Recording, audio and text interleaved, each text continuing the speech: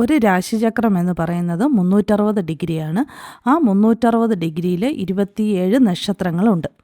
ആ 27 നക്ഷത്രങ്ങളിൽ ഓരോ നക്ഷത്രവും എത്ര ഡിഗ്രി വരും, എത്ര മിനിറ്റ് വരും എന്ന് കണ്ടെത്തുന്നതിന് നമ്മൾ 360നെ 27 കൊണ്ട് ഹരിക്കണം. അതെങ്ങനെയാണെന്നാണ് നമ്മൾ നോക്കുന്നത്. ആദ്യം 360 ഡിഗ്രിയെ 27 കൊണ്ട് ഹരിക്കുമ്പോൾ നമുക്ക് 13 ഡിഗ്രി ഹരണഫലവും 9 ഡിഗ്രി ശിഷ്ടവും കിട്ടും. ഈ 13 ഡിഗ്രി ഹരണഫലം അവിടെ നിൽക്കട്ടെ. 9 ഡിഗ്രി ശിഷ്ടത്തെ 60 കൊണ്ട് ഗുണിച്ച് അതിനെ മിനിറ്റ് ആക്കുക. അപ്പം നമുക്ക് 540 എന്ന് കിട്ടും. വീണ്ടും ഇതിനെ 27 കൊണ്ട് ഹരിക്കുക.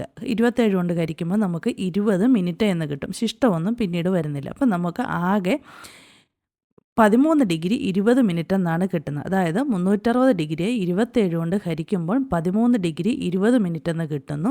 ഈ 360 ഡിഗ്രിയാണ് ഒരു രാശിചക്രം. ഒരു ഡിഗ്രി എന്ന് പറയുന്നത് 60 മിനിറ്റാണ്. ഒരു മിനിറ്റ് എന്ന് പറയുന്നത് 60 സെക്കൻഡാണ്. ഇവിടെ ഡിഗ്രിയെ ജ്യോതിഷത്തിൽ ഫാഗ എന്ന് പറയും, മിനിറ്റിനെ കല എന്നും പറയും.